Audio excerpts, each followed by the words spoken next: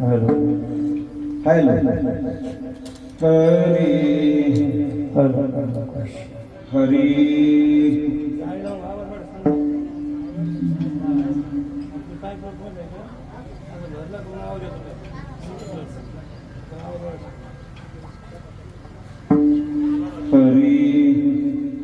हरी रूप पाहता लोचनी लोचनी रूप पाहता लोचनी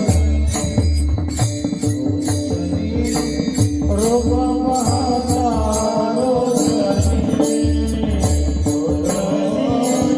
रूप पाहता लोचनी रूप पाहता लोचनी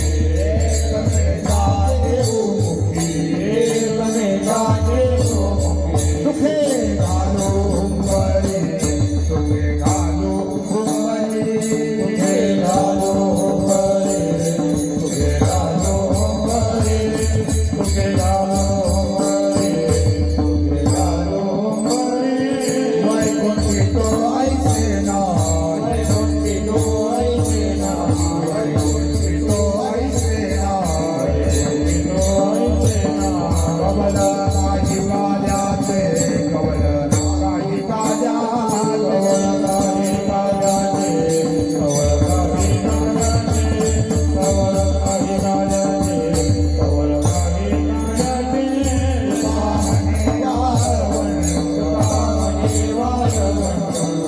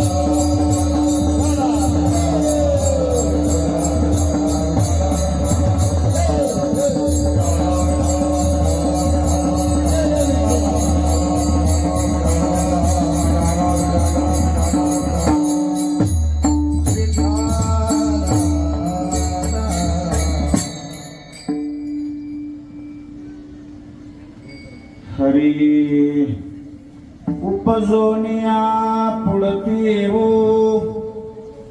उपजोनिया पुढती येऊ काला खाऊ दही भात वैकुंठितो ऐसे नाही कवळ काही काल्याचे एकमेका देऊ मुखी एकमेका देऊ मुखी सुखे घालू हुम्मरी वैकुंठितो ऐसे नाही कवळ काही काल्याचे तुका मने वाळवंट बरवे नीट उत्तम वैकुंठितो ऐसे नाही कवळ काही काल्याचे विढाला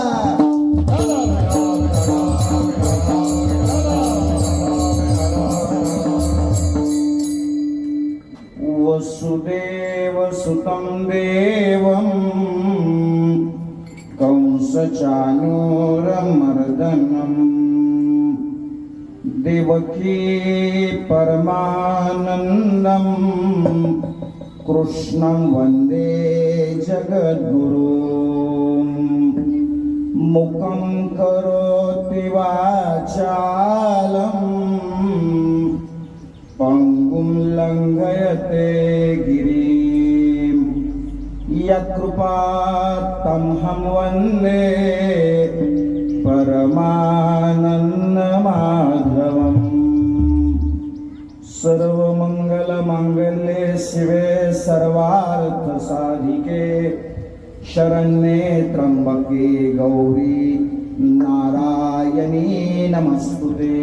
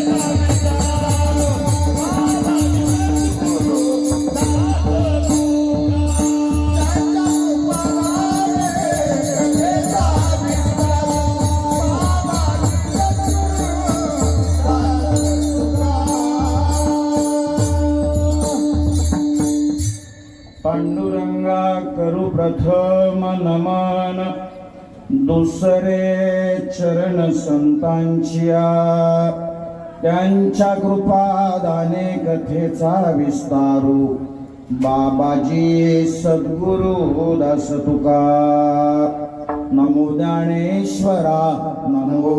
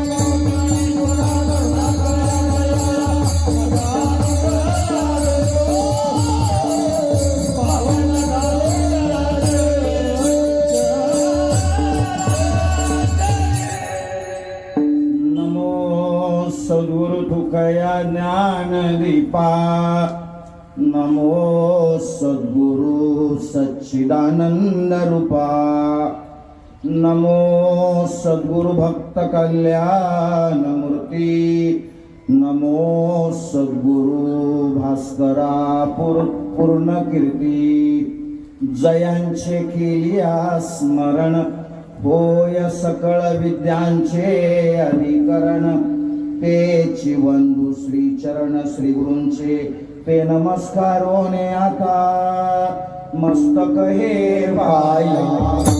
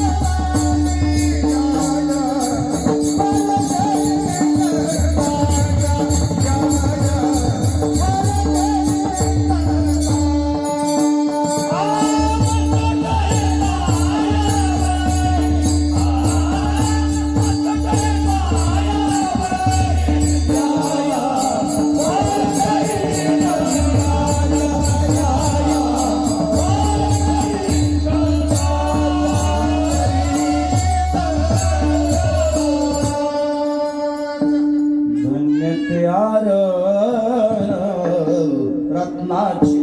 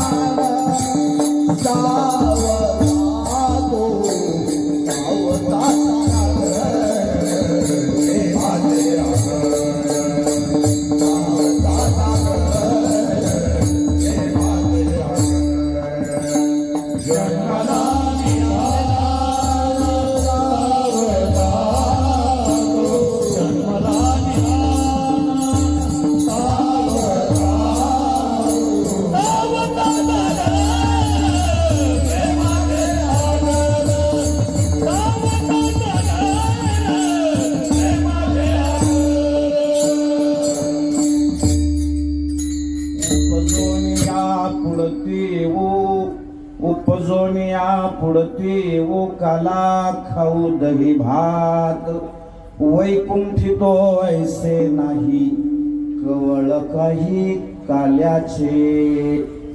प्रस्तुत स्थळी प्राप्त प्रसंगी संप्राप्त कीर्तन रूपी सेवेकरता घेतलेला अभंग वैराग्याचे महामेरू तुमच्या आमच्या सर्वांच्या अंतःकरणाचे अधिष्ठान असलेले, तुमचा आमचा सर्वांचा संसार सुखाचा व्हावा याकरता ज्यांनी आपल्या संपूर्ण संसार प्रपंचाची होळी केली, ज्यांना आपण या वारकरी संप्रदायाच्या कलस्थानी मानतो, ज्यांच्या वाणीला सूर्याची तेजस्विता, चंद्राची शीतलता, वेद मंत्राची सुचिता, गंगेची पवित्रता, मातेची वात्सल्यता लाभलेली आहे, असे संत मान्य संत, जगमान्य संत, देवमान्य संत, संत हृदय सम्राट माऊली महावैष्णव श्रीमंत श्री तुकोबाराय यांचा चार चरणाचा अतिशय गोड, उत्तम आणि चिंतनीय असा आणि प्राधान्याने काल्याचं महात्म्य या ठिकाणी प्रतिपादन करणारा अभंग विठाला.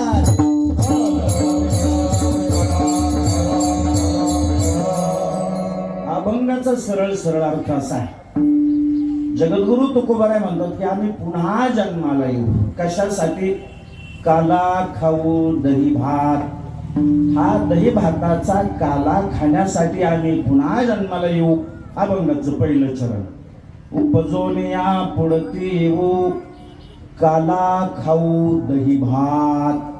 तुकोबारायांना विचारलं, महाराज तुम्ही जिथून आलात तिथे काला नाही का हो? तुकोबाराय म्हणाले की तिथे जर काला असता तर इथं कशाला आलो असत. वैकुंठात काला नाही. अभंगाचं दुसरं चरण. वैकुंठी तो ऐसे नाही कवळ काही काल्याचे. मग त्या साधकांनी जगद्गुरु तुकोबारायांना विचारले, महाराज तुम्ही जो काला करणार आहात तो काला तुम्ही एकटाच खाणार का हो? जगद्गुरु तुकोबाराय म्हणाले की मी एकटा काला खाणार नाही, एकमेका देऊमुखी सुखे घालू हुंबरी. एकमेकांच्या मुखामध्ये आम्ही काला देणार आहोत. असं आहे, जो दुसऱ्याला देतो ना तो कधी उपाशी राहत नाही, आणि जो दुसऱ्याच्या ताटातलं हिसकावून घेतो त्याचं कधी पोट भरत नाही. एक कवी फार गोड वर्णन करतो. तो म्हणतो की देणाऱ्याने देत जावे, घेणाऱ्याने घेत जावे, घेता घेता एक दिवस देणाऱ्याचे हात घ्यावे. देणाऱ्याचे हात घ्यावेत म्हणजे मनगटापासून घ्यावेत का कोपरापासून घ्यावेत का खवाट्यापासून घ्यावेत. विनोदाचा भाग सोडा, देणाऱ्याचे हात घ्यावेत याचा अर्थ देणाऱ्या व्यक्तीचा दातृत्वाचा गुण घ्यायचा.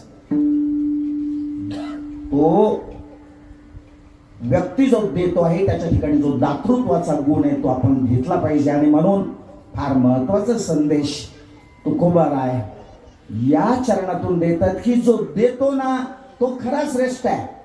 आपल्याला फक्त घ्यायची सवय लागली, द्यायची सवय लागली पाहिजे. आणि फार मोठा अध्यात्मातला हा सिद्धांत म्हणून तुकोबाराय म्हणतात, एकमेका देऊमुखी सुखे घालू हुंबरी. मग त्या साधकांनी जगद्गुरु तुकोबारायांना विचारलं की महाराज तुम्ही हा काला कोणत्या धाब्यावर करणार?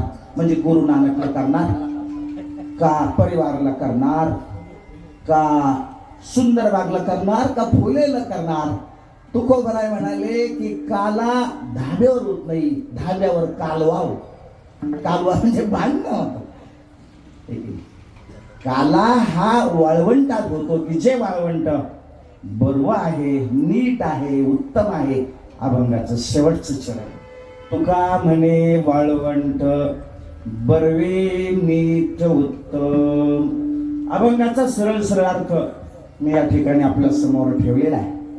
जगद्गुरु तुकोबारायांच्या या अनमोल वचनाचा मागोवा घेण्यापूर्वी कार्यकारण संबंधाने दोन शब्दाचा जो अल्पसा प्रासंगिक परिहार दिला पाहिजे. तो परिहार असा आहे की भगवान पंढरीश पांडुरंग परमात्म्याच्या कृपेने विश्वमाऊली ज्ञानोबराय, जगद्गुरु तुकोबाराय आदी करून सर्व संत महंतांच्याही कृपाशीर्वादाने हरिभक्तीपरायण वैकुंठवासी प्रज्ञाचक्षु मच्छिंद्रनाथ महाराज राजेगावकर यांच्याही कृपाशीर्वादाने, त्याचबरोबर हरिभक्तीपरायण आपले बाबुराव महाराज हरिश्चंद्रे, समाज प्रबोधनकार चंद्रकांत महाराज खळेकर यांच्या मार्गदर्शनाखाली या श्री संत शिरोमणी सावता महाराजांच्या पुण्यतिथीच्या निमित्ताने प्रतिवर्षाप्रमाणे याही वर्षी म्हणजे 34व्या वर्षी या ठिकाणी महाराजांच्याच या पवित्र आणि पावन दरबारामध्ये संपन्न होणारा हा भक्ती उत्सव आणि या भक्ती उत्सवामधलाच हे सांगतेचं पुष्प गुंफण्याचं भाग्य या ठिकाणी संयोजक मंडळीच्या माध्यमातून माझ्याकडे आलेलं आहे. मी स्वतःला खरोखर खूप धन्य समजतो. त्या माध्यमातून तुमचं सर्वांचं दर्शन मला होत आहे. मनपूर्वक सर्वांना धन्यवाद देतो. परिहारामध्ये बोलण्यासारख्या पुष्कळ गोष्टी आहेत, पण महाराज जरा नमनाला घडाभर तेल गेलो, कथा कशी करायची.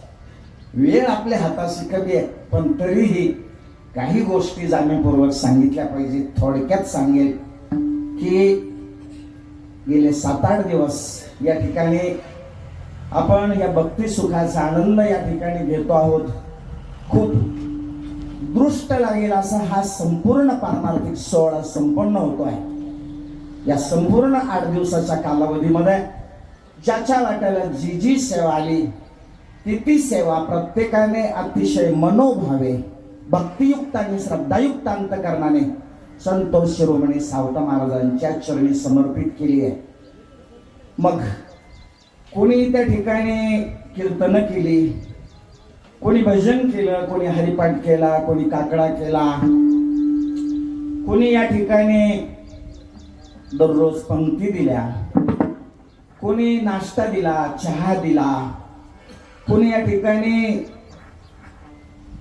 मंडप झाडण्याची सेवा केली, कोणी या ठिकाणी मृदुंग वाजवण्याची सेवा केली, आमच्या महाराजांनी गायनाची सेवा केली, टाळकरी मंडळींनी या ठिकाणी टाळाची साथ केली, आमच्या विणीकरी बाबांनी विण्याची साथ केली, तुळशी मातांनी तुळशी घेण्याची साथ केली. सगळ्यांची सेवा आहे. प्रत्येकाची सेवा या ठिकाणी भगवंताच्या चरणी सावता महाराजांच्या चरणी प्रत्येकाने रुजू केलेली आहे. सावता महाराज निश्चितपणे त्याचं कल्याण केल्याशिवाय राहणार नाही सज्जनाने. एक गोष्ट आवर्जून सांगेल, आमचे गुरुवर्य नेहमी सांगत असतात आम्हाला की आपल्याकडे किती बँक बॅलन्स आहे, आपल्याकडे किती फ्लॅट आहेत, किती प्लॉट्स आहेत, किती एकर जमीन आहे, किती गाड्या घोड्या आहेत, याला शून्य किंमत आहे परमार्थामध्ये. लौकिकात याला किंमत आहे, पण परमार्थामध्ये याला शून्य किंमत आहे. परमार्थात किंमत जर कशाला असेल तर ती सेवेला आहे सज्जना. सेवा हीच एक मोजपट्टी परमार्थात लावली जाते. आणि म्हणून या ठिकाणी अन्नदान करणारे असतील अथवा रोख स्वरूपात या संपूर्ण पारमार्थिक सोहळ्याला योगदान देणारे सगळे आमचे भाविक असतील, सर्वांना मी या ठिकाणी मनपूर्वक धन्यवाद देतो. या ठिकाणी आणखी एक गोष्ट सांगितली पाहिजे. माझ्या मनामध्ये एक खंत कायम असते की मुलांनी पहिल्याच दिवशी या ठिकाणी सावता महाराजांची जन्मभूमी आणि कर्मभूमी जी आहे तिथून ज्योत आणली जवळजवळ 250-300 किलोमीटरवरून. 30-35 जण त्यांना धन्यवाद दिले पाहिजे निश्चितपणे. परंतु ही सगळी तरुणाई आहे ना भजनात आली पाहिजे, आहे की नाही. कारण तुका म्हणे ते भजन प्रमाण काय थोरपण जाळावे ते. भजनाच्या माध्यमातून त्या ठिकाणी आपला उद्धार आहे, ठीक आहे. आणि म्हणून या ठिकाणी आता जवळपास भजन बंद पडत चालले. जुनी मंडळी सगळी जवळपास काळाच्या पडद्याआड गेलेली आहेत, जात आहेत. आणि म्हणून करता भजन चालू राहिलं पाहिजे. परंतु हे मनावर घेतलं तर होऊ शकेल, निश्चितपणे होऊ शकेल. चांगली काम करतात ही सगळी मंडळी, त्यांना मी मनपूर्वक धन्यवाद देतो. या ठिकाणी गेले 8 दिवस ज्यांच्या मुखातून आपण गोड अशा वारकरी शुद्ध सांप्रदायिक चाली ऐकल्याप्रमाणे ऐकली ते आमचे पारमार्थिक स्नेही हरिभक्तीपरायण कृष्ण महाराज जिरेकर, दुसरे पारमार्थिक स्नेही हरिभक्तीपरायण सचिन महाराज मोरे, त्यांना मी मनपूर्वक धन्यवाद देतो. या ठिकाणी मृदंगावरती साथ करणारे आमचे रणजित महाराज सत्रे असतील, आमचे नकुल महाराज कलापुरे असतील, आमचे सतीश महाराज बोकरे असतील, त्यांना मी मनपूर्वक धन्यवाद देतो. या ठिकाणी कीर्तनाकरता साथ करणारे आमचे भागवत महाराज ताकटे असतील, संभाजी महाराज पोरशे असतील, संतजी महाराज पवार असतील, आमचे भाऊसाहेब महाराज कलापुरे असतील, आमच्या महिला भगिनीमध्ये आमच्या सुशीलाबाई असतील, सगळे या ज्या महिला भगिनी आहेत, या सर्वांनी उत्तम प्रकारची साथ दिलेली आहे. आपण सर्व देवतुल्य श्रोतृवर्ग सर्वांच्याही चरणी मी या ठिकाणी मनपूर्वक प्रणिपात करतो आणि माझ्या चिंतनाच्या सेवेकडे येतो. विठाला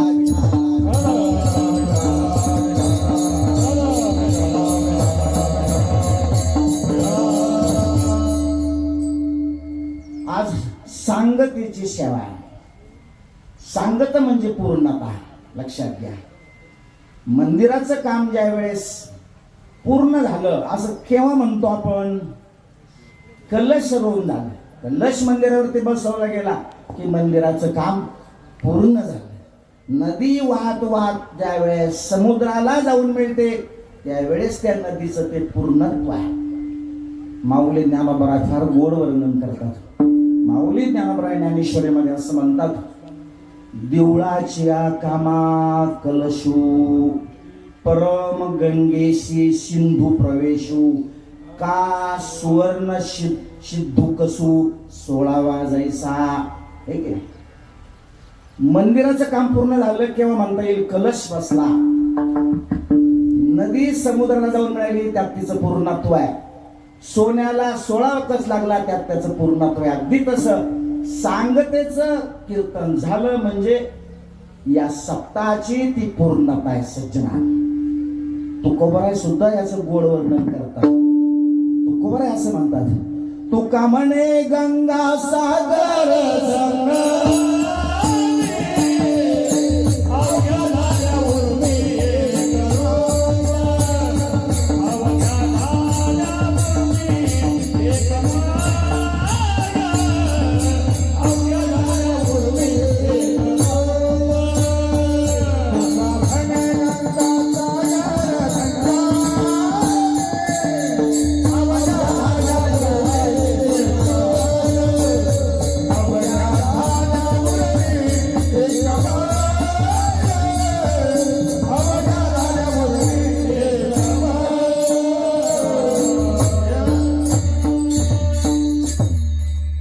सांगता या ठिकाणी या काल्याच्या कीर्तनाची होते आहे.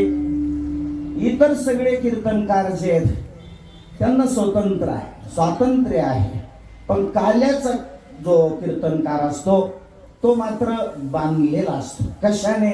उपरण्याने नाही, संप्रदायाचे नियमाने बांधलेला असतो.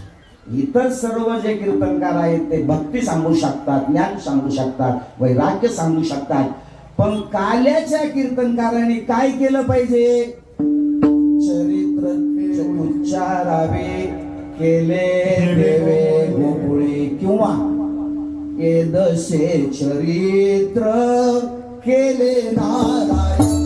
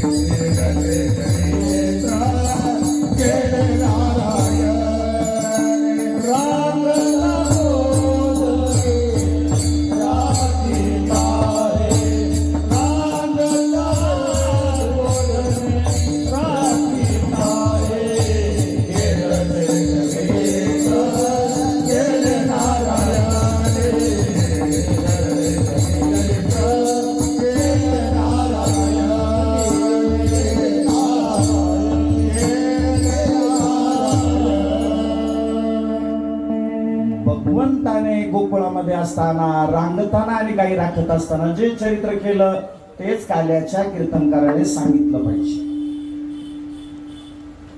काही माणसं असं म्हणतात की भगवान श्रीकृष्णाने 16,108 बायका केल्या, मग अगर आम्ही जर आणखी एखादी केली तर काय होईल हो? आता एका बायकोने माणसाला नको नको केलं ना, रडकुंडीला आणली. अरे केले माणसाच्या फासोळ्या उघड्या पाडल्या. भगवंताची शक्ती कर्तुम अकर्तुम अन्यथा कर्तुम आहे. तेव्हा भगवंताने 12 गाव अग्नी गिळला, आपल्याला बिडीचा सिगारेटचा चटका सहन होतो का? जाऊ द्या, बिडी सिगारेटचा उदबत्तीचा चटका सहन होतो का मला सांगा? भगवंताची बरोबरी करता येईल का? करता येणार. आणि म्हणून आपण काय करायचं आहे? भगवंताच्या चरित्राचा फक्त उच्चार करायचा आहे. भगवान श्रीकृष्णाच्या चरित्राचा उच्चार करायचा आहे, भगवान रामप्रभूच्या चरित्राचा आचार करायचा. लक्षात घ्या, भगवान श्रीकृष्णाचं चरित्र फक्त आणि फक्त उच्चारणीय आहे. आणि त्या उच्चाराचे सुद्धा माऊली ज्ञानोबा हरिपाठामध्ये फलश्रुती सांगतात. हरि उच्चारणी आनंद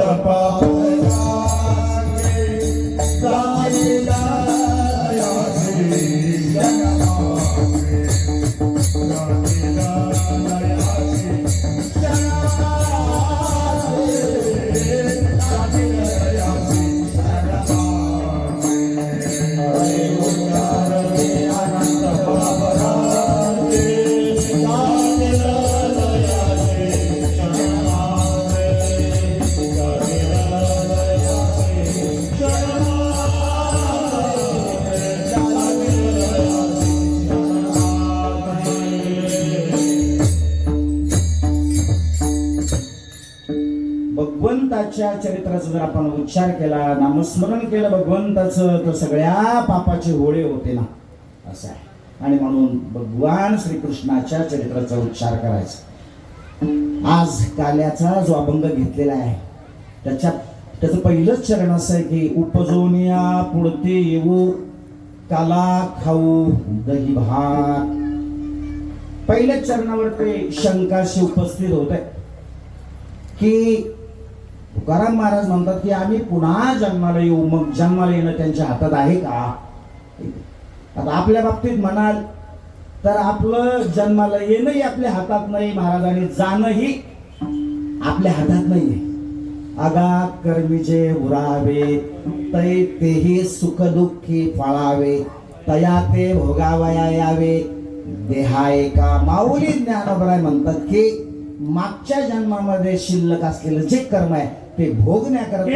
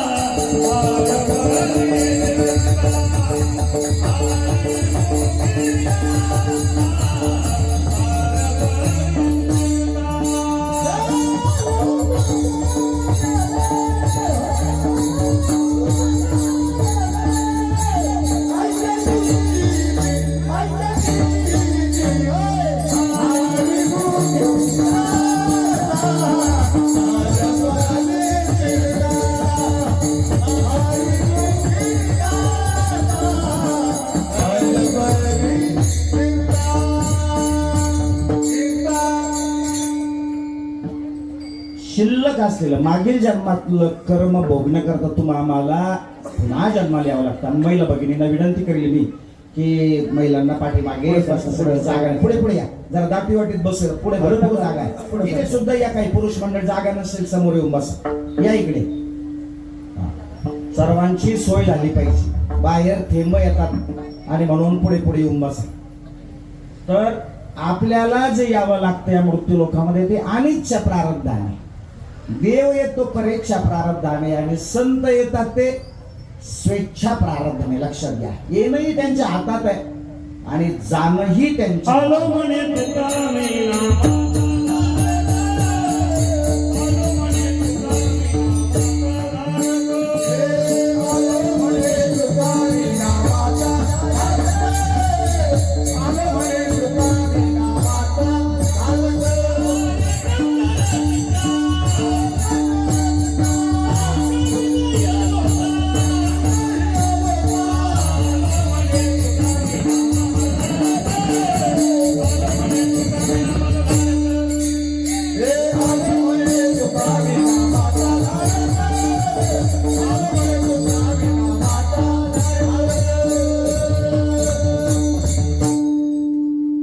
सांगायचा भाव इतकाच आहे की संत स्वेच्छा प्रारब्धाने या मृत्यू लोकांमध्ये येत असतात. तुकोबाराय म्हणतात की उपजोनिया पुढती वो काला खाऊ दही भात पुन्हा येऊ म्हणतात. म्हणजे मागे आले होते का, अशी एक शंका आहे की नाही. तर निश्चितपणे मागे सुद्धा तुकोबाराय या मृत्यू लोकांमध्ये आले होते. तुम्हाला कधी आले होते? प्रत्येक युगात तुकोबाराय जे जे झाले अवतार तुका त्यांचे बरोबर, किंवा येतो जातो आम्ही देवाचे संग. परवा मला वाटतं कोणत्या महाराजांनी सांगितलं, कुदळी महाराजांनी सांगितलं, ऐक तुमच्या ध्यानात.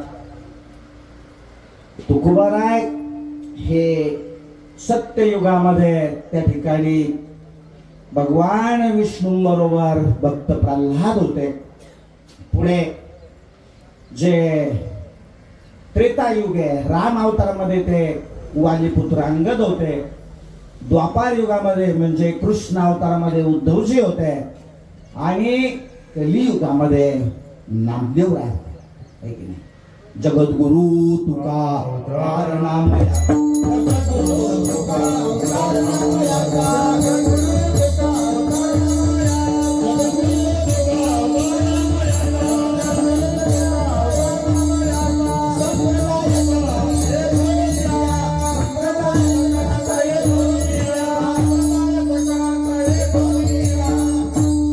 जगद्गुरु तुका अवतार नामयाचा संप्रदाय सगळ्यांचा येथोरिया. सगळ्या अवतारामध्ये जगद्गुरु तुकोबाराय होते आणि म्हणूनच ते पुन्हा येऊ म्हणतात. याचा अर्थ असा आहे की जगद्गुरु तुकोबाराय यांना या नरदेहाची, या मनुष्य देहाची किंमत कळाली. 4 विकल्प मी आपल्या पुढे ठेवतो थोडक्यात. एक वर्ग असा आहे की त्याला हा नरदेह मिळाला नाही आणि कळालाही नाही. दुसरा एक वर्ग या मृत्यू लोकांमध्ये असा आहे की त्याला हा नरदेह कळालाय पण मिळाला नाही. तिसरा एक विकल्प असा आहे की त्याला तो मिळालाय पण कळाला नाही. आणि चौथा एक वर्ग असा आहे की त्याला तो मिळालाही आणि कळालाय. कळालं का? काय कळालं? पहिला विकल्प मी आपल्या पुढे ठेवला. एक वर्ग असा आहे की त्याला हा मनुष्य देह मिळालाही नाही. अहो कळणं मग कोस दूर आहे, मिळालंच नाही तर कळायचा काय संबंध नाही. त्याच्यामध्ये सगळे पशु पक्षी येतात. तुम्ही कधी असं ऐकलंय का की एक 10-20 गाढवं एकत्र आले आणि त्यांनी ठरवलं चला जाऊ आषाढी वारीला. गाढवं वारीला जात नाही. लक्षात, गाढवं मी 4 पायांच्या गाढवाबद्दल बोलतो. लक्षात, विढाला विढाला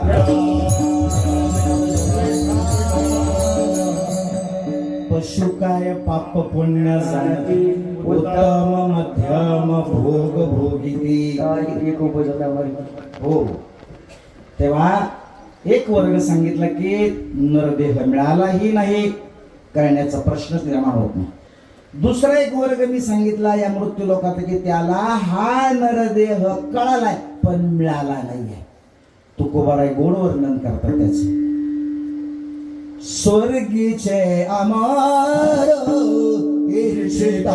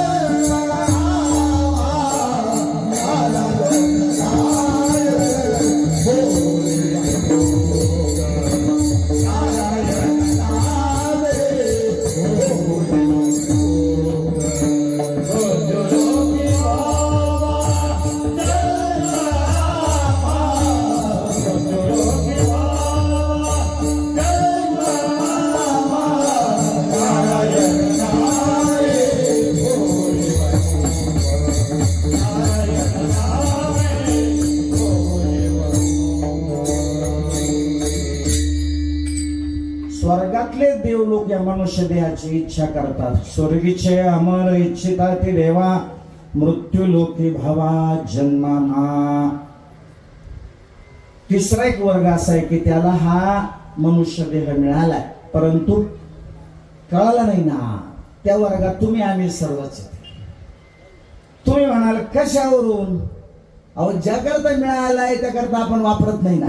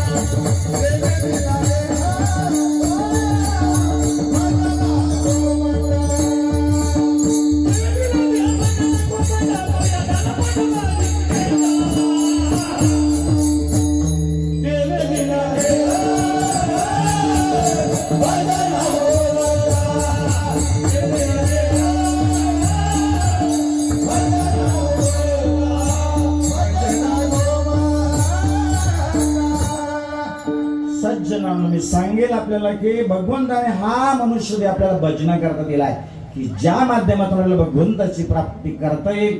पण माणसं भजन करतात का? न बोललेलं बरं. हा लक्षात घ्या, न बोललेलं बरं. त्या बाबतीमध्ये माणसं काय काय करतात? नको तेच करतात. लक्षात घ्या. दारू असेल, गुटखा असेल, गांजा असेल. एक जण दारू पित होता. मी म्हटलं अरे कशा करता पितोस? पिऊ नये, चांगलं नाही आहे. तो म्हणाला मारायला लय टेन्शन आहे.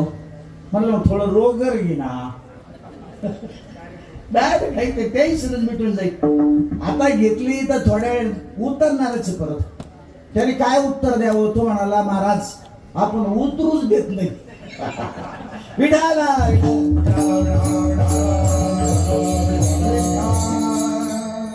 खूप बोलण्यासारखं आहे याच्यावरती. पण मला घड्याळ परवानगी देत नाहीये. कृष्णचरित्रही सांगायचं. मुद्दा मला सांगायचं आहे की मिळाय तू आम्हाला देह परंतु त्याची किंमत आपल्याला कळाली नाही. आणि एक वर्ग असा आहे की त्यांना हा मनुष्य देह मिळालाही आणि कळालाही. चौथा वर्ग जो आहे तो संतांचा आहे. लक्षात घ्या. तो कशावरून? तर ज्याकरता मिळाला त्याकरताच त्यांनी तो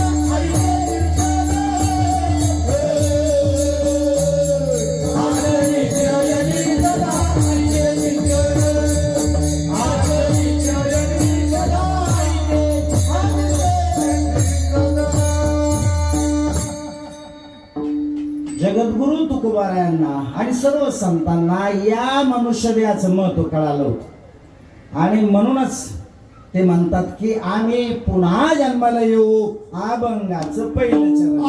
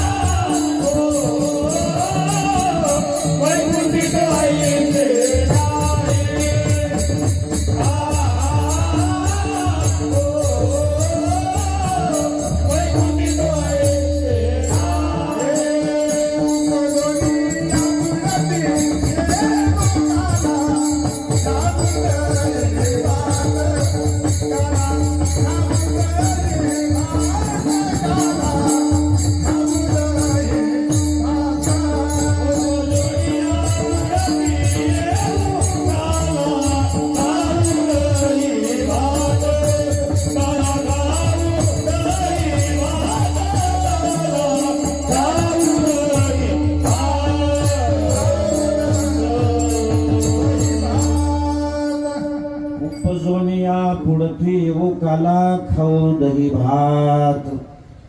काला म्हणजे काय हो? असं आहे, 3 शरीर आहेत आणि 3 शरीराकरता 3 प्रकारचा भिन्न भिन्न काला आहे. हे स्थूल शरीर दिसतं तुमचं माझं, त्याच्या आतमध्ये एक सूक्ष्म शरीर आहे आणि त्याच्या आतमध्ये आणखी एक कारण शरीर आहे. हा जो काला आहे दही भाताचा, दही लाईचा काला, हा या स्थूल शरीराकरता, स्थूल शरीर पुष्ठभाव याकरता हा काला आहे. सूक्ष्म शरीराकरता जर म्हणाल तर कोणता काला? हरिनामाचा खिचडी काला, प्रेमे मोडीला साधने. आणि कारण देहासाठी जर म्हणाल तर तुका म्हणे काला, कोठे अभेद देखिला. जीव ब्रह्म ऐक्य ज्ञान प्राप्त होणं म्हणजे खरा काला आहे सज्जनानं. लक्ष, दही सामान्य नाही आणि लही सामान्य नाही. नामाचं दही आणि प्रेमाची लाही, असा हा दही लाहीचा काला या स्थूल शरीराकरता आहे. आणि या सूक्ष्म शरीराकरता आहे तो हरिनामाचा खिचडी काला. आणि कारण शरीराकरता जो आहे तो आहे जीव ब्रह्म ऐक्य काला, म्हणजे जीव ब्रह्माचं ऐक्य व्हावं, हा खरा काला आहे. काला शब्दाचा जर आपण पदच्छेद केला काय होतो? का आला. काय होतो? का आला. का आला म्हणजे जन्माला का आला. लक्षात घ्या. कोहम कथमिधम जातम कविवेश करताम ही विद्यते. मी कोण, मी कुठून आलो, मला काय करायचं, मला कुठं जायचं आहे, या सगळ्यांचा विचार करणं नामे काला आहे. आणि म्हणून हा काला आम्हाला सेवन करायचं असं तुकोबाराय म्हणतात. मग तुकोबारायने विचारलं, महाराज तुम्ही जिथून आले तिथं हा काला नाही का हो? त्याचं उत्तर जगद्गुरु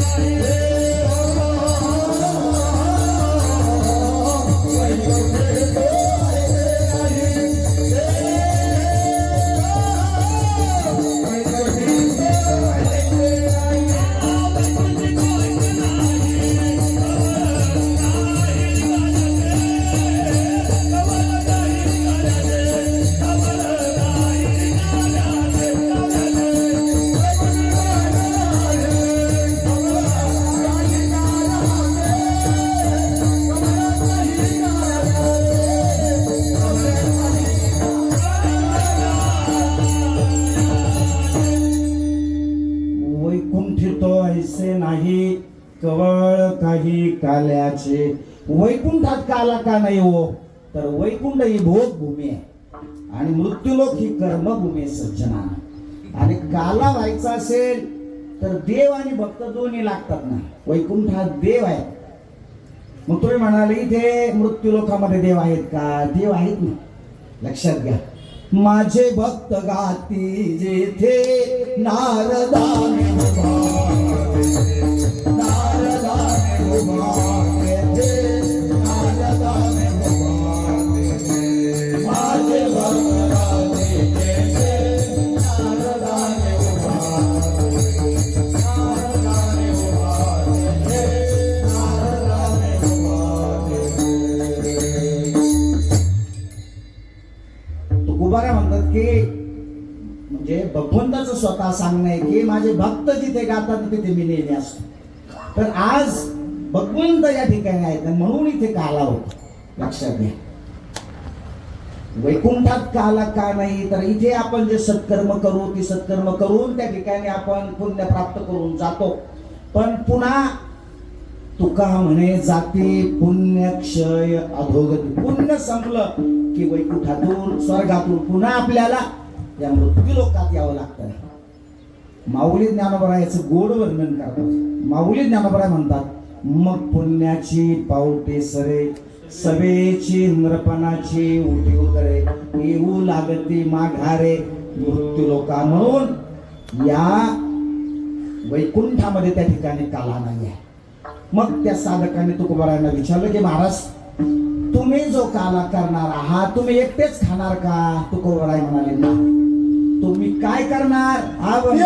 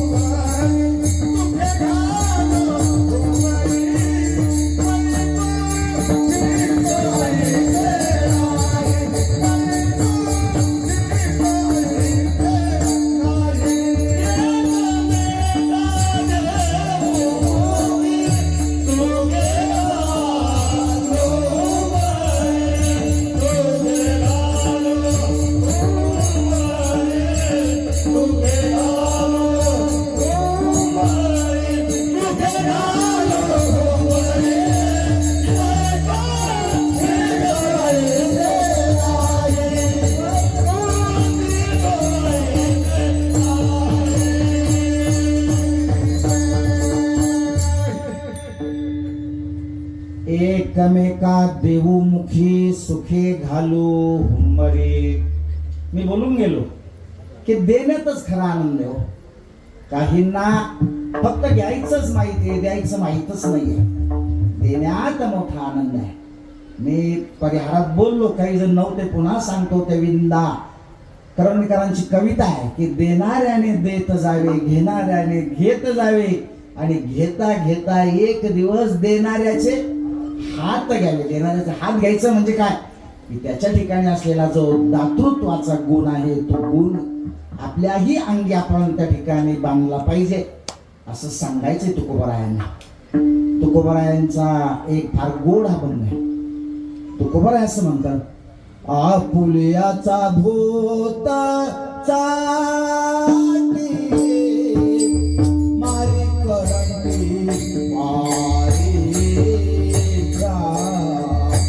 मारी करंडी पारे जा मारी करंडी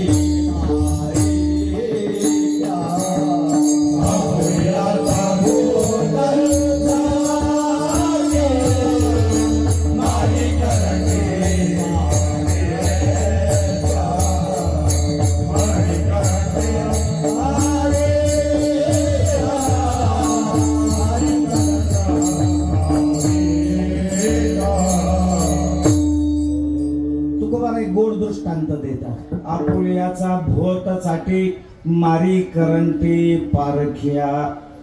पूर्वीच्या काळी गावरान गाया खूप होत्या, आजही आहेत, पण आता खूप संख्या कमी झालेली आहे. प्रत्येक शेतकऱ्याकडे खूप गावरान गाई असायची. जुन्या मंडळींना माहिती आहे की समजा एखाद्या गावरान गाईचं वासरू जर व्याल्याबरोबर मेलं तर मग त्या वासराचं कातडं काढायचे, आतला भाग टाकून देऊन त्याच्यात भुस्सा भरायचे महाराज.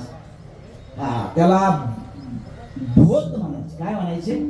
भोत म्हणायचे. आणि मग तो भोत त्या गायी पुढे ठेवायचे आणि मग ती गाय त्या भोताला चाटायची आणि दूध द्यायची. किती चांगली आहे. तुकोबारायांचंही निरीक्षण बघा, अवलोकन बघा कसं आहे. तुकोबाराय म्हणतात खूप चांगली आहे ती, पण तिच्यात एक दुर्गुण आहे. काय दुर्गुण आहे की दुसऱ्या गायीचं जर जिवंत वासरू आलं ना तिच्या जवळ, तिच्या कासेला लागलं तर त्याला ती शिंगाने मारते, लाथाने मारते. लक्षात घ्या. तुकोबारायांना फार महत्वाचा संदेशातून द्यायचा आहे की अहो स्वतः करता तर सगळेच जगतात. ती करंटी, ती गाय जर दुसऱ्या गायीचं वासरू, हे तिच्या प्रेमाचा विषय होत नाही ना, दुसऱ्या गायीच्या वासराला ती कासेला लागू देत नाही.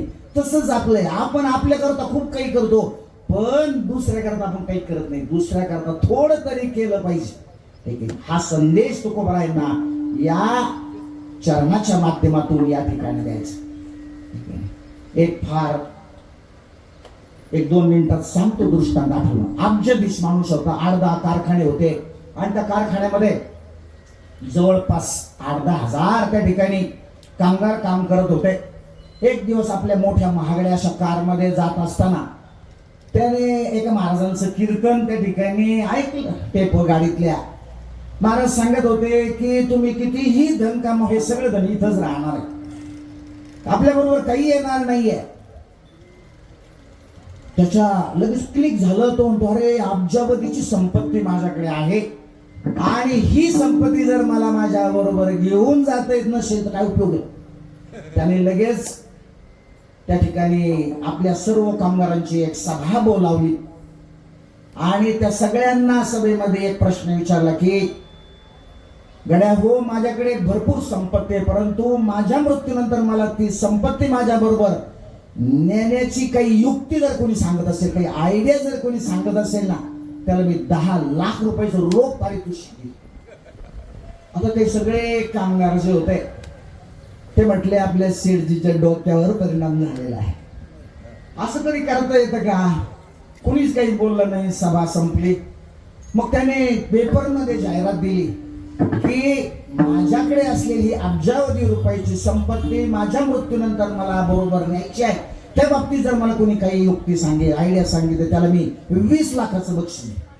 एक 2-4 दिवसामध्ये त्याच्याकडे एक माणूस आला आणि तो म्हणाला महाराज तुमची जाहिरात वाचली आणि मी आलो तुमच्याकडे, मी तुम्हाला ती आयडिया देतो.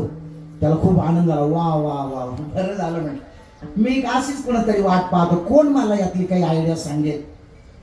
मग तो म्हणाला महाराज मला असं सांगा शेठजी की तुम्ही कधी अमेरिकेला गेलाय का?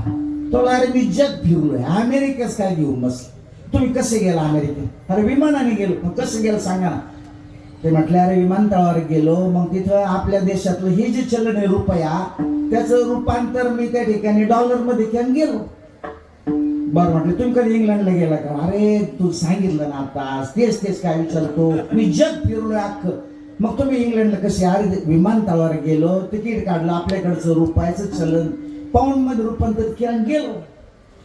मग त्याने फार महत्वाचं सांगितलं. तो म्हणाला की तुमच्यामध्ये आज तुमच्याकडे जी अब्जावधी रुपयाची संपत्ती आहे ना, ही तुम्हाला जर तुमच्या बरोबर न्यायची असेल तर तिचं असंच रूपांतर करावं लागेल. कशामध्ये?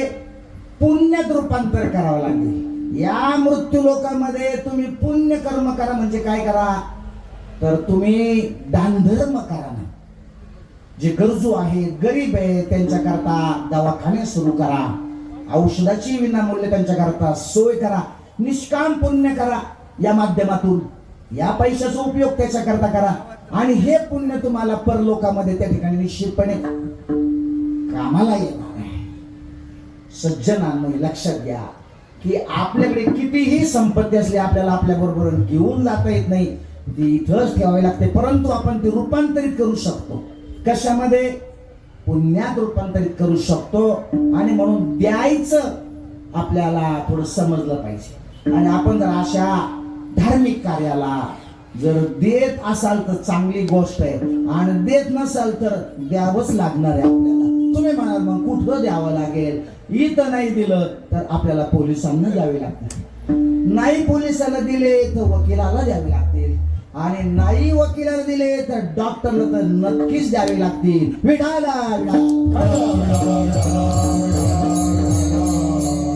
सांगायचा भाव इतकाच की दिलं पाहिजे. आणि म्हणून तुकोबारायांनी आणि सगळ्या संतांनी आपल्याला हे शिकवलं, द्यायचं शिकवलं. असं दान दिलं तुकोबारायांनी जे कल्पांती सर, कृपा दान केले संते कल्पांतीही सरेना. फार मोठे अलौकिक संतांचे आपल्यावरती उपकार सज्जनांना. मग या साधकांनी तुकोबारायांनी विचारलं की महाराज तुम्ही जो काला करणार कुठं करणार आम्हाला सांगा ना. त्याचं उत्तर दिलं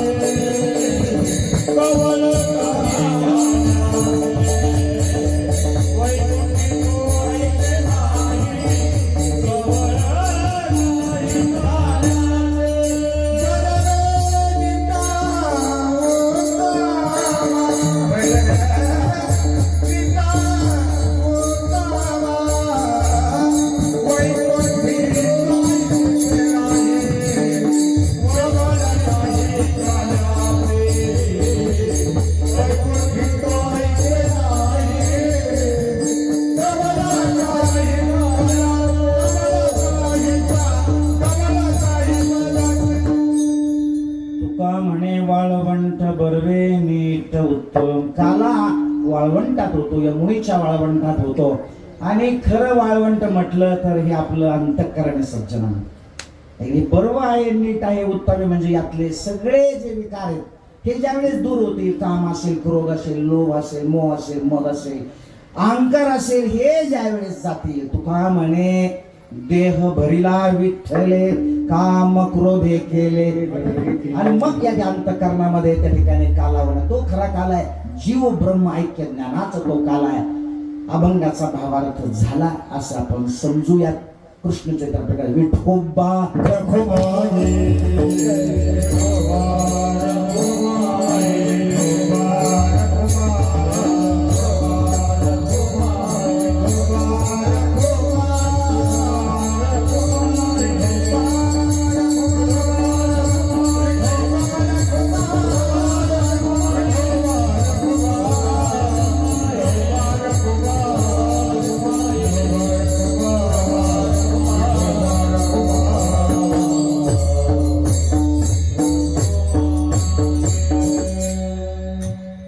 मथुरेचा राजा होता कंस.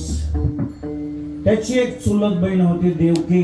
उपवर झाली, त्याने ठरवलं की आपल्या बहिणीचा विवाह करावा. कुणाला द्यावी? कंसाचा एक बालपणीचा मित्र होता वासुदेव. त्याला वाटलं आपण वासुदेवालाच देऊया. आणि मग वसुदेव देवकीचा विवाह नक्की झाला. आणि सगळा हा विवाह सोहळा अतिशय थाटामाटामध्ये त्या ठिकाणी संपन्न झाला.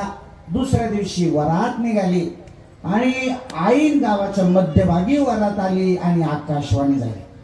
हे मूर्ख कंसा, ज्या तुझ्या बहिणीची तू अतिशय थाटामाटामध्ये त्या ठिकाणी वरात काढतो आहेस ना, तिच्या पोटी येणारा 8वा पुत्र हा तुझा वध करणार आहे. कंस भयभीत झाला. त्याला वाटलं अरे ही काय पिढा. त्याने ठरवलं की आता हिलाच संपवून टाकू. ज्यावेळेस आपल्याला त्रास होतो स्वतःला त्यावेळेस माणूस विचार करत नाही काही. आपल्याला ज्यावेळेस त्रास होतो ना, मग प्रेम वगैरे काही पाहत नाही. जसं चहात माशी पडली की माणसं चहा फेकून देतात, पण तुपात माशी पडली मक्खीची माशी फेकून देत, कारण तूप महागड आहे. 1000 रुपये किलो फेकायला परवडत, चहा फेकायला परवडतो, तूप फेकायला परवडत नाही. म्हणजे काय की डिपेंड्स अपॉन द सिच्युएशन, परिस्थितीनुसार माणसं बदलतात. प्रेम होतं त्या देवकीवरती, पण ठरवलं की देवकीला संपवून टाकू. तो विचार मनात आला, लगेच खडग घेतलं आणि तो आता मारणार तिला. घेऊन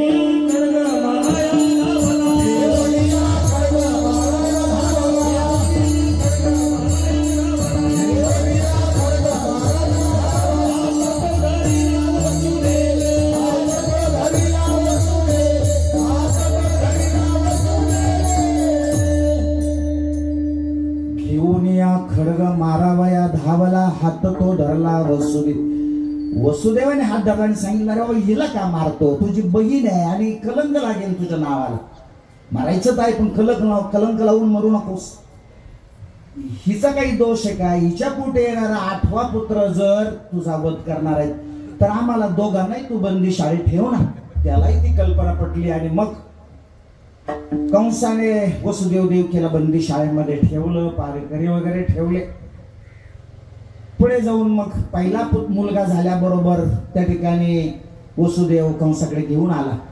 ते बाळाचं ते गोंडस आणि निष्पाप असं स्वरूप पाहिल्याबरोबर त्याच्या अंतःकरणात दया उत्पन्न झाली. याला मारून काय करायचं, सोडून दिलं. पण महर्षी नारद दत्त म्हणून हजर झाले. नारायण नारायण. महर्षी नारद म्हणतायत, अहो राजे असं कसं करता, वरून मोजा ना, पहिला 8वा येतोय.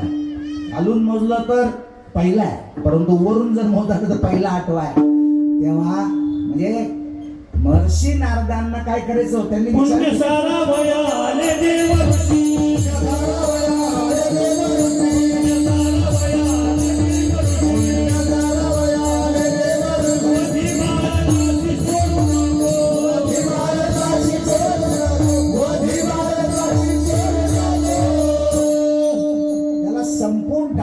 वधी बालकाशी सोडू नको.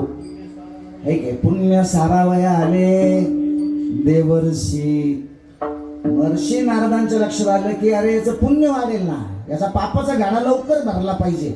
आणि मग त्या ठिकाणी त्या कंसाने देवकीचे एक पहिला, दुसरा, तिसरा, चौथा, 5वा, 6वा 6 मुलं मारलेली आहेत. 7वा गर्भ जो होता तो रोहिणीच्या उदरामध्ये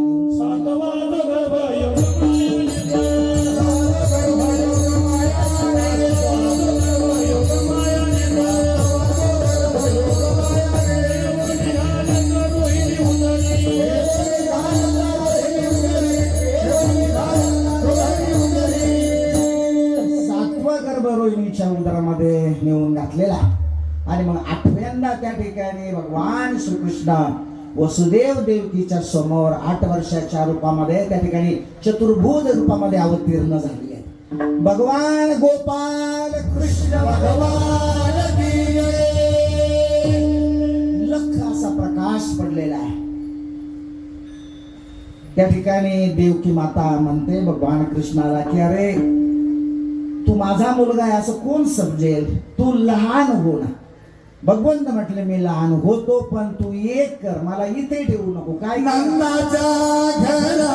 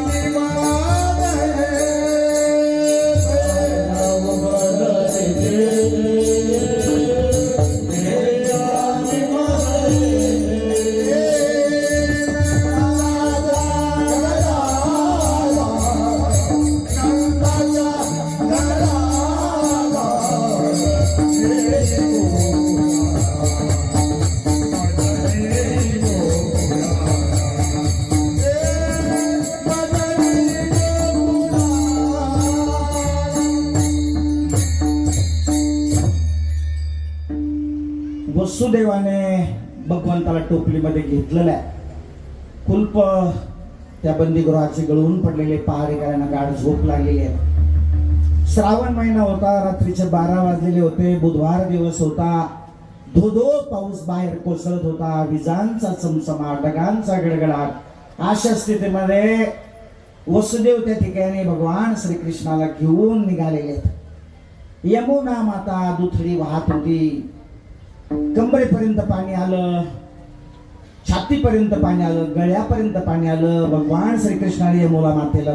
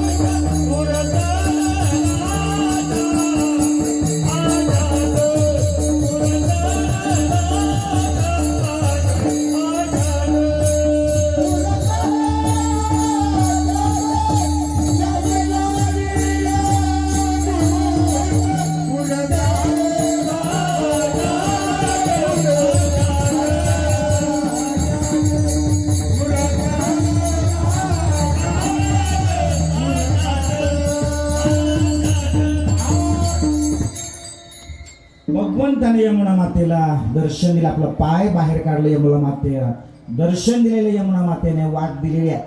आणि मग माया गोकुळामध्ये जन्माला आलेल्या असल्यामुळे सगळ्यांना त्या ठिकाणी गाढ झोप लागलेली होती. भगवान श्रीकृष्णानं त्या ठिकाणी ठेवलं आणि त्या मायेला घेऊन ते मथुरेमध्ये आलेले आहेत. आपल्याला मथुरेतलं चरित्र पाहायचं नाहीये, परंतु आता गोकुळातलं चरित्र 5-10 मिनिटांमध्ये पाहायचं आहे. सकाळ झाली, सगळ्यांना त्या ठिकाणी बातमी कळाली की यशोदेला मुलगा झालेला आहे. जिकडे तिकडे आनंदोत्सव संपन्न होतो. गोकुळीच्या सुखा आनंद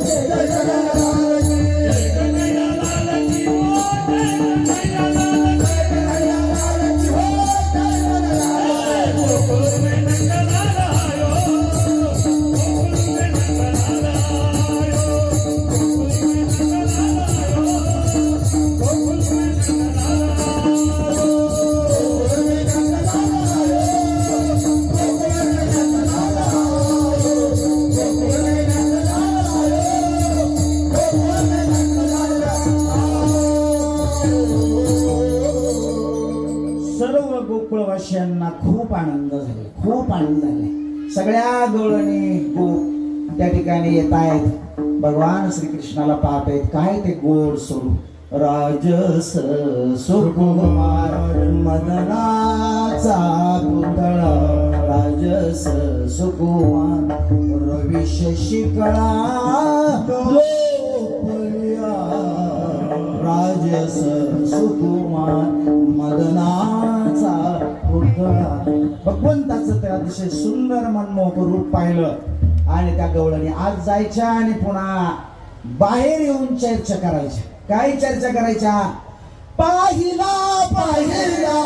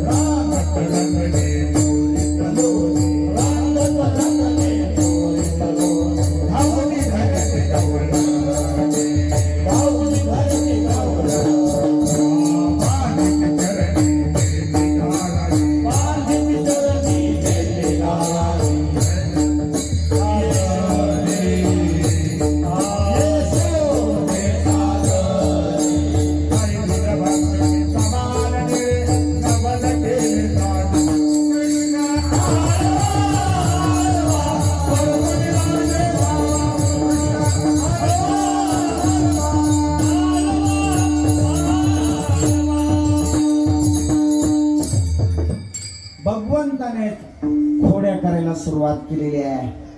अष्टदळ काढिले अंगणी वरी मोते चक्रपाणी. आपली एखाद्या गवळणीने जर अष्टदळ सुंदर रांगोळी काढली, भगवंत तिथे लघवी करायची. अनेक प्रकारच्या खोड्या त्या ठिकाणी भगवंताने सुरू केलेल्या आहेत. आणि मग त्या गवळणींच्या तक्रारी यायला सुरुवात झालेली आहे. काहींना त्या खोड्या आवडायच्या, पण ह्या लटक्या अशा स्वरूपाच्या तक्रारी त्या ठिकाणी त्या म्हणायच्या की यशोदे, अरे तुझ्या या बाळाला काहीतरी समजावून सांग ना तू. यशोदे कृष्णाला सांगावे, यशोदे कृष्णाला सांगावे, गंगोळे गावे गावे, या गोकुळे गावे गावे.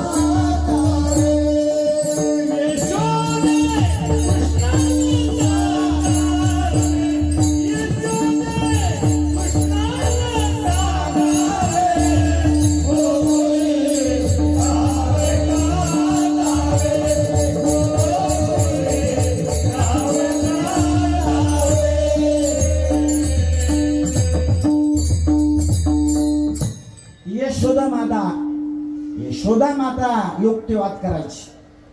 बाळ सगुण गाते गाते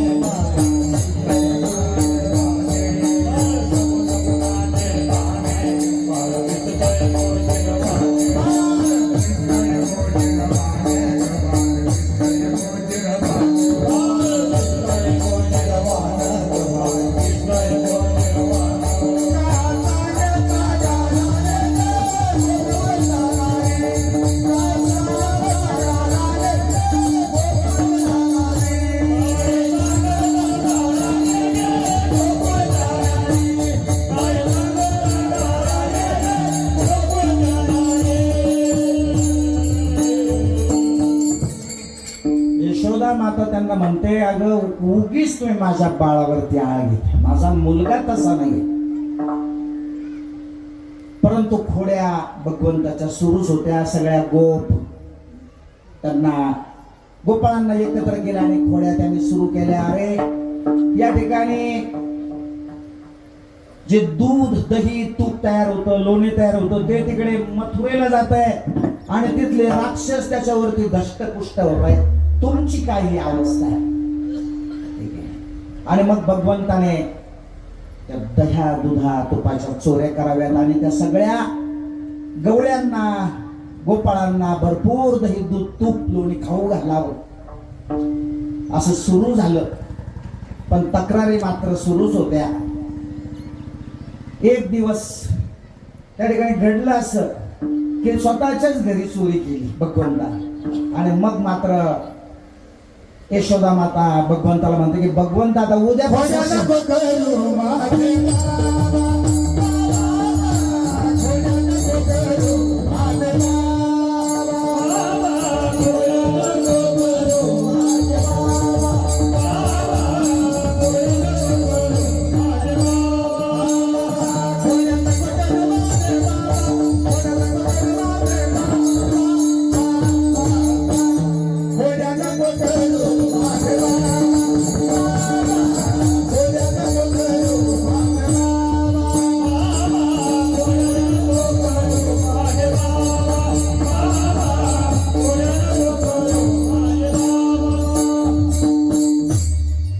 यशोदाने ठरवलं की आता याला शाळेत पाठवायचं आहे. शाळा कोणती? गायी घेऊन जायच्या रानामध्ये. नंद बाबाकडे 9 लाख गायी होत्या. भगवंताने सगळ्या गोपाळांना घेतलंय आणि सगळ्या गायी घेऊन ते त्या ठिकाणी वनामध्ये उद्या जाई रानात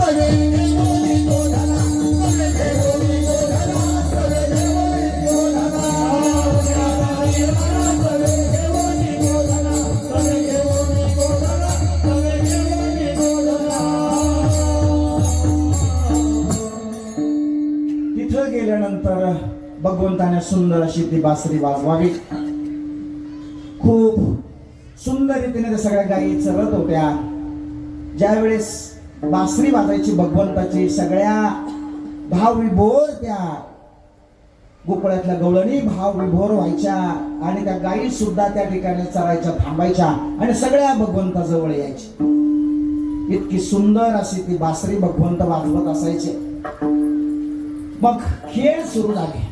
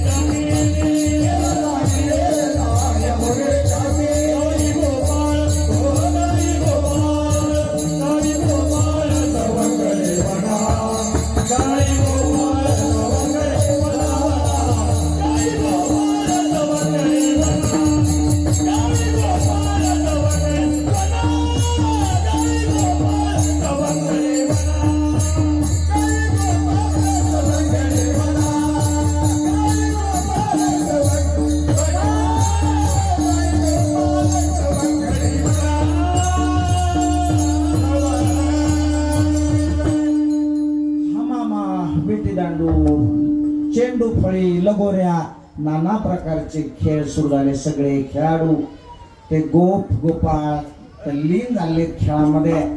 आणि मग ते गोपाळ म्हणते, अरे भगवंत आता पाऊस सुरू होण्याची वेळ झालेली, वातावरण पावसाचे, खेळ किती वेळ खेळायचा, खांदी भार पोटी भूक काय खेळायचे सुरू. आणि मग सर्वांना भूक लागलेली होती. तेव्हा भगवंताने सगळ्यांच्या त्या शिदोऱ्या एकत्र केलेल्या आहेत आणि त्या गोपाळांना त्या ठिकाणी तो जो काल्याचा प्रसाद आहे तो आपल्या हाताने त्या ठिकाणी भरवलेला आहे. तेव्हा असा हा काला जो आहे सज्जनांनो, हा वैकुंठ दुर्लभ आहे, हा देव दुर्लभ आहे. आणि खूप सुंदर असा हा काला भगवंताने आपल्या हाताने त्यांना भरवला. तोच काल्याचा प्रसाद या ठिकाणी आपल्याला घ्यायचा आहे. बोलण्यासारख्या गोष्टी पुष्कळ आहेत, गड्याळ पुढे जात आहे. अजूनही आपल्याला दहीहंडी फोडायची, आरत्या व्हायच्या, काही या पारमार्थिक सोहळ्याला ज्यांचं ज्यांचं योगदान लाभलं त्यांचा सत्कार करायचा आहे. त्याच्यामुळे आता आपण थांबूया या ठिकाणी. दहीहंडी फोडायला. ज्ञानेश्वर ज्ञानेश्वर पावली